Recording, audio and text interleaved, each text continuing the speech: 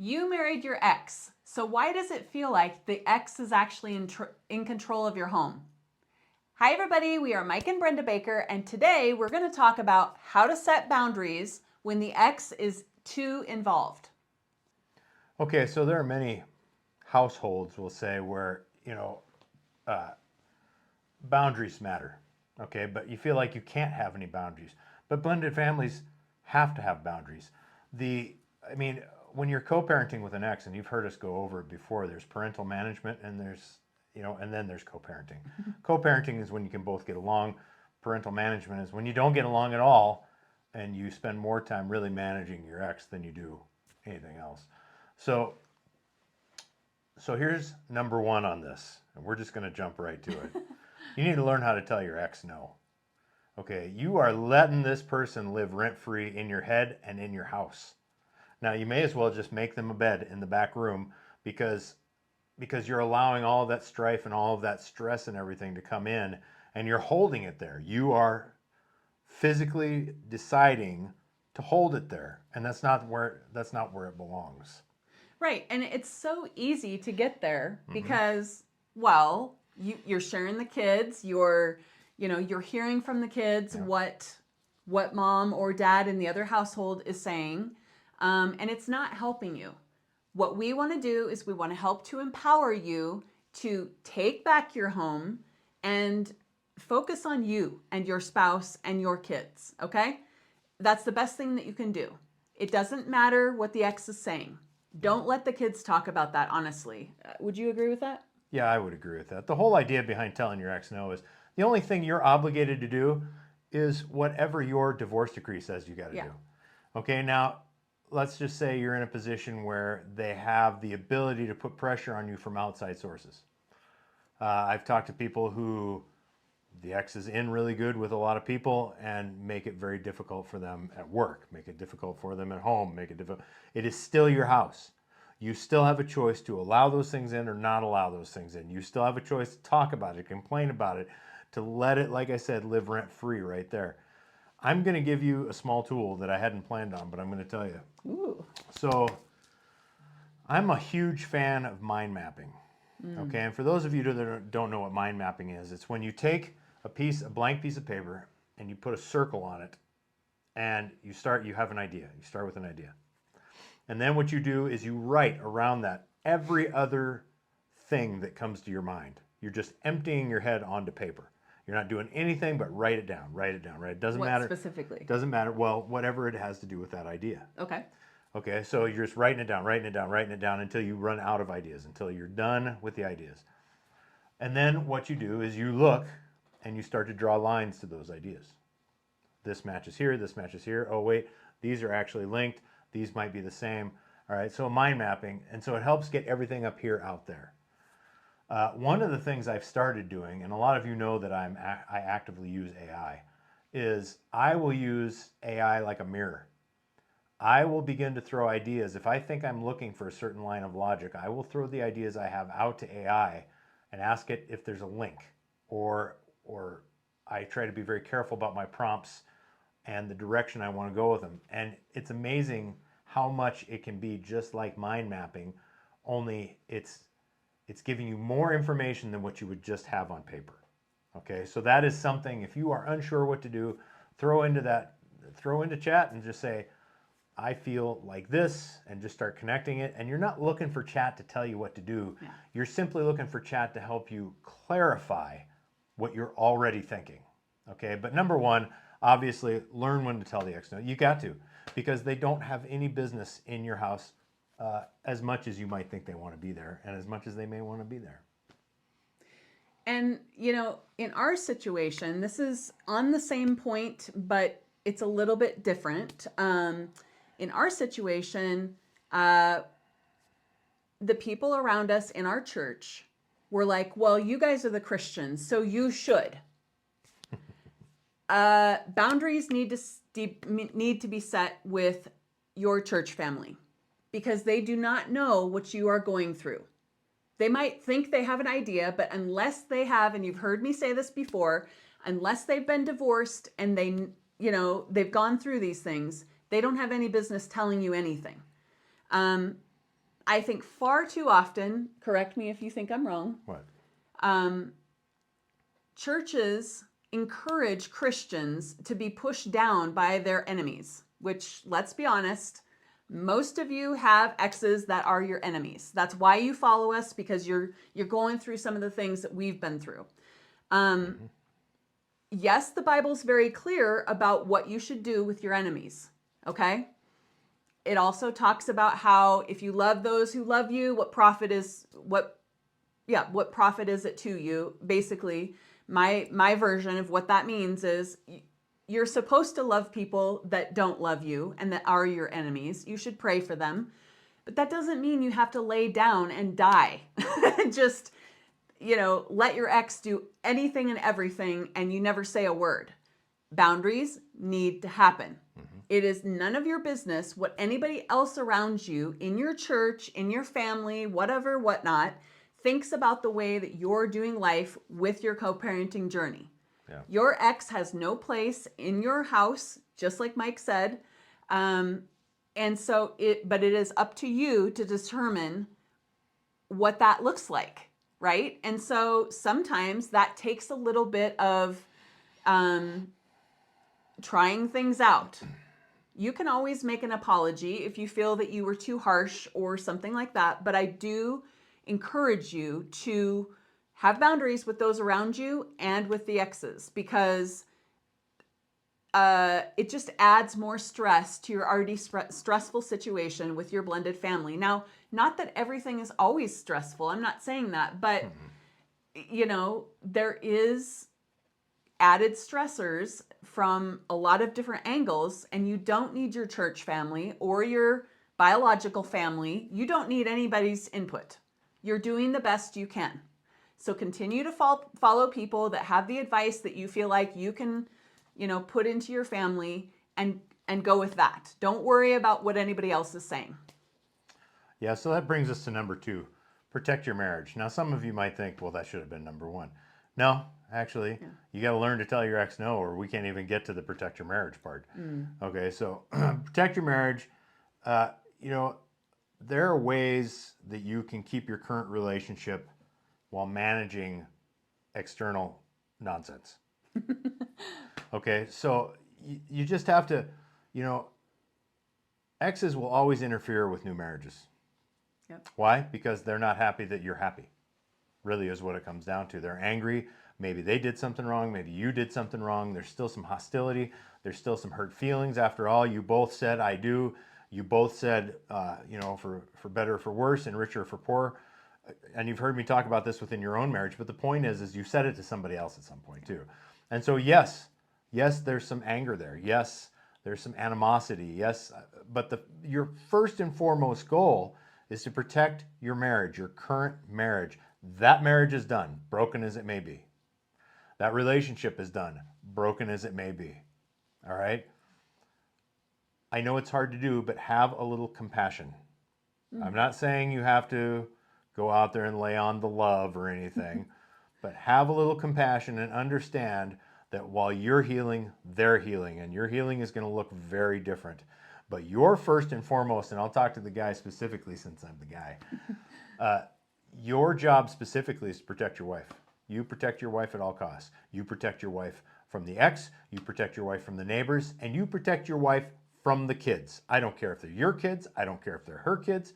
You protect your marriage, because the greatest gift you can give those kids is consistency, being solid, and a great marriage. Now, it's amazing to me, that I hear all of this absolute baloney about how, well, you're just suggesting we neglect kids and we abuse kids. That's the dumbest, I'm saying it right here, dumbest thing I've ever heard, that to have a great marriage means you have to neglect or ignore your kids. That is nonsense. Absolute nonsense. Don't buy it from anybody.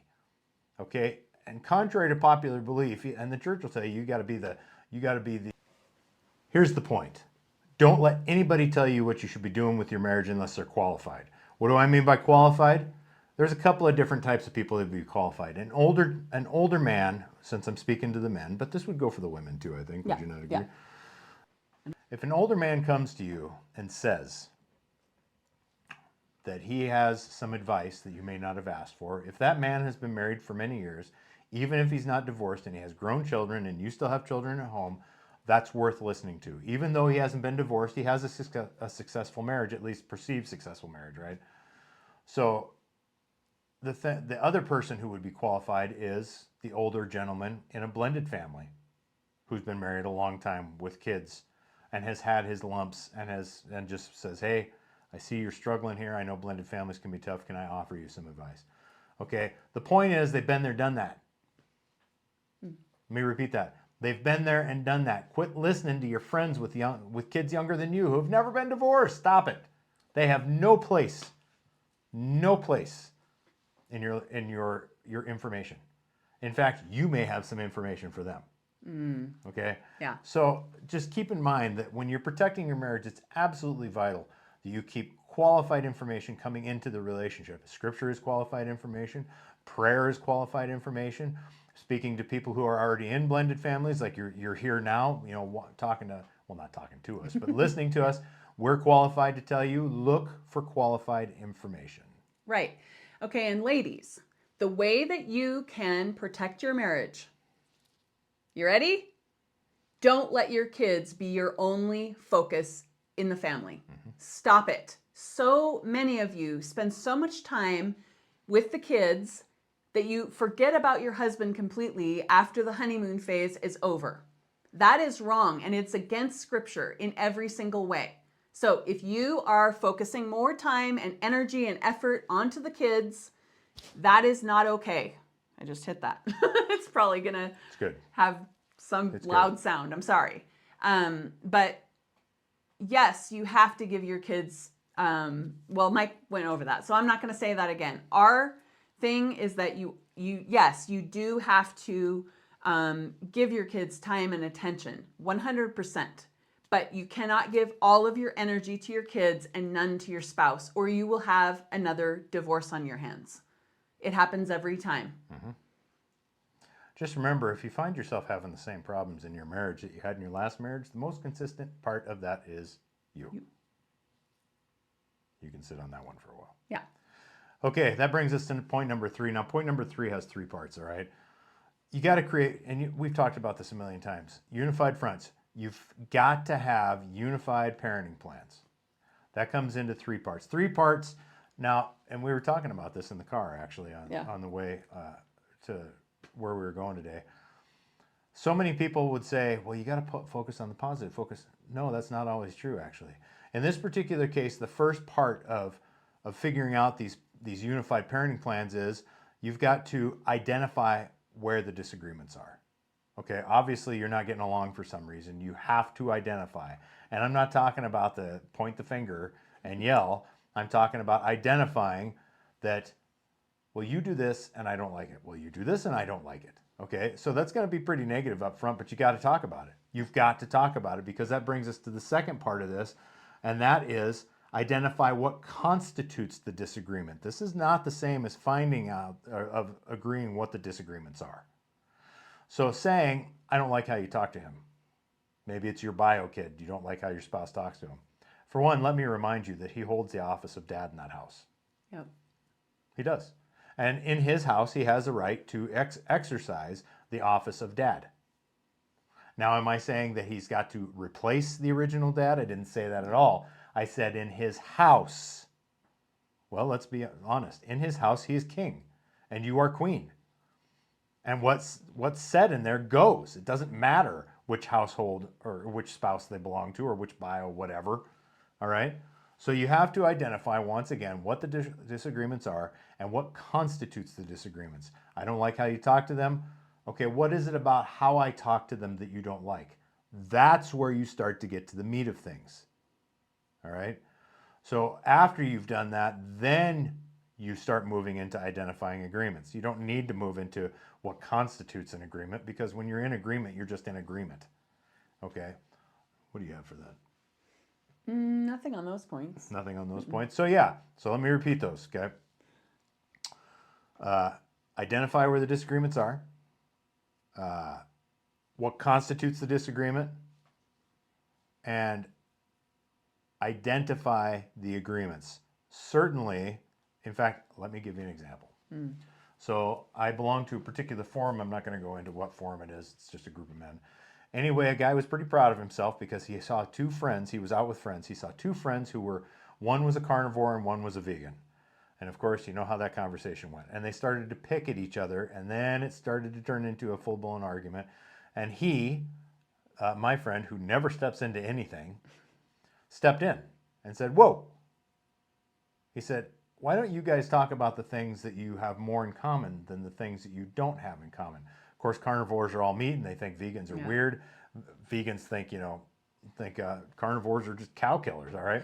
But the point is they began to talk, and they figured out, and he said, both of you gave up processed food, right? And they said, well, yeah, we both gave up processed food. Both of you feel better on the diet you're on, don't you? And they both said, yeah. Within 5 minutes, the conversation had gone completely different direction, and they were talking about the things they had in common rather than the things they didn't like about the others, whatever. Okay, so this is what I'm talking about. This is the kind of talk that you have to have, and this all falls under protecting your marriage. All right, but when you come up with a unified parenting plan, that just simply means you don't have to. Let me reiterate: you don't have to agree on everything. You don't. But let me remind you that the scriptural model is husband's the head of the house, like it or not. Yeah. Well, I don't like it. I don't care. I don't care how you like how he does things. If you don't like how he does things, I got a sneaking suspicion you haven't talked to him yet. Well, I've talked to him. He doesn't listen. No, you talked to him like he was a woman. Or you talked to him like he was a child.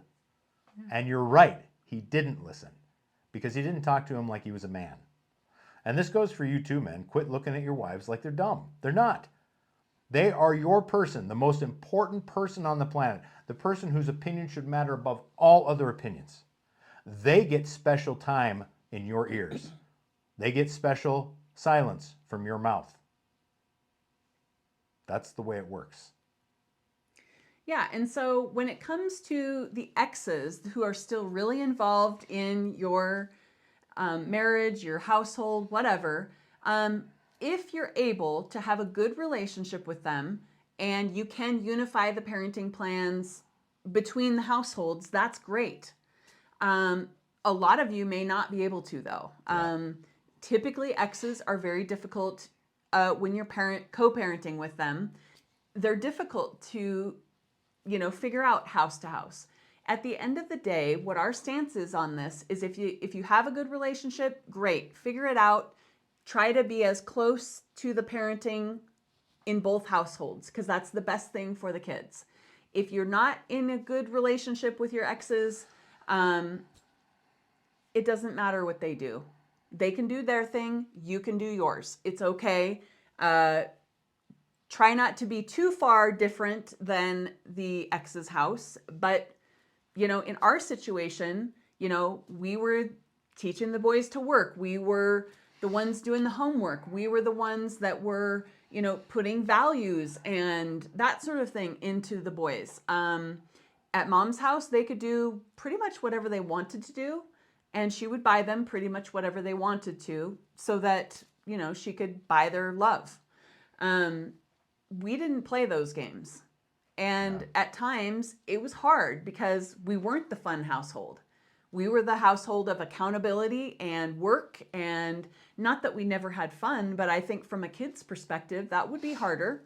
When mom's house is fun and easy, you can do, there's virtually nothing that's out of bounds. In fact, one of our sons, when he chose to go live with her full time, made some very bad decisions and actually hurt other people due to selfishness and just how he'd been raised in that household, thinking that he could do whatever he wanted to do. And he did.